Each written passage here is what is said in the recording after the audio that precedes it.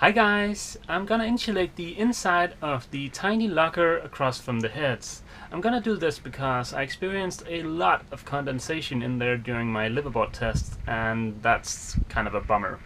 So for insulating it, I'm gonna be using the exact same method I did for the rest of the boat. Like I've mentioned, I still need to insulate behind the heads and add more insulation in the v-berth, but for those two locations I'm gonna be using a slightly different method.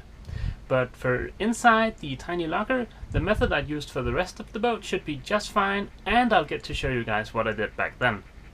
These are the materials I'll use, and in fact these are the exact same type of materials I've used for the rest of the boat. I'm using two different kinds of foam, and the layer closest to the hull is going to be this kind of material. This is just cheap roller mat, you know, the kind you use when you go camping and stuff like that. But you can probably see that the surface of this is quite porous and not very durable, and also it'd be very difficult to keep clean. So on top of this material I'm going to be gluing 3mm of vinyl backed foam. Now this stuff is a lot easier to keep clean, and it's also going to be a lot easier on the eyes. There's one important thing to mention about both these types of foam right here. These are closed cell foam. That means that they won't absorb water, which is a very good idea aboard a boat. For adhering the first layer, the roller mat layer of insulation to the hull, I'm going to be using this kind of glue. It's a floor and wall adhesive, and I actually think it's used for carpet and stuff like that, but it's recommended for use aboard boats for putting up insulation. So this will go on the hull and adhere the roller mat to the hull, but then I'll use a different kind of glue, this 3M Scotch weld, to adhere the 3mm vinyl backed foam to the roller mat foam. This is much easier to work with than this. But of course the first step is going to be to disassemble my tiny locker.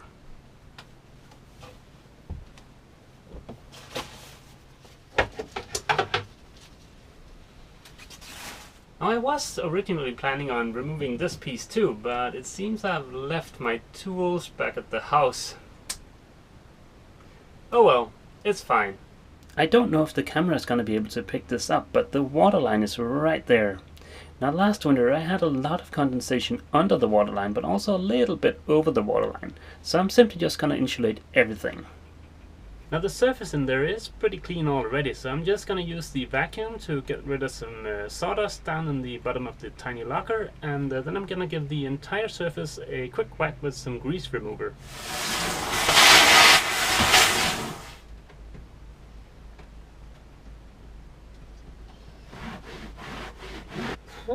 That stuff definitely smells bad. I'm just going to open a hatch. I've just closed it not to get any wind noise. I've only been using this stuff aboard the boat, so I'm no expert, but even in my short period of working with this stuff, I figured out that you're not going to be doing yourself any favors if you're trying to work with this outside the specified temperature range. Now when I was trying to put up insulation last spring, the temperature was a couple of degrees below the specified temperature range, and today it's actually 1 degree above the specified temperature range, but let's see if we can get away with it. Now, there are some use cases described on the back of this, and one of them is non-absorbent surfaces. So if this is to be used in between two surfaces that won't absorb water. And that's true in this case because the mats are closed cell foam and the hull is, well, the hull. So it says apply and wait for it to be tacky. So that means that once I've applied this and it's tacky, I have one shot of getting the insulation to fit. Considering that we're going to be under a bit of time pressure once we've applied the glue to the hull, I definitely recommend cutting your insulation to fit before applying the glue. We want the glue to be tacky, not dry.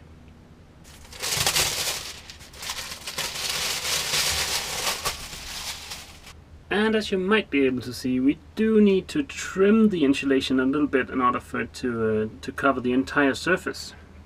A Sharpie comes in real handy here. It's just a matter of tracing the outline of the hull and the bulkhead onto the insulation and then cutting it with a pair of scissors.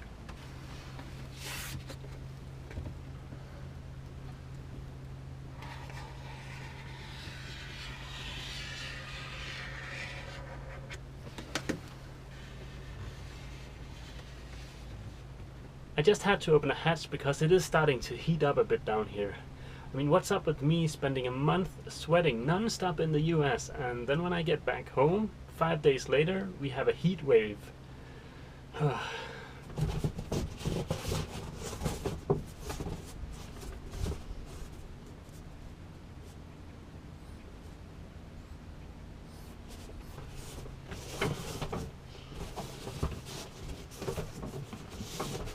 Not sure the camera is going to be able to pick it up, but there is a tiny gap between the insulation and the bulkhead to make sure that I get a bit of air circulation in there. Now I need to cut a piece that'll fit over here. I've trimmed all the pieces of insulation. Now I'm just going to go ahead and mark each one of them so that I know where it fits.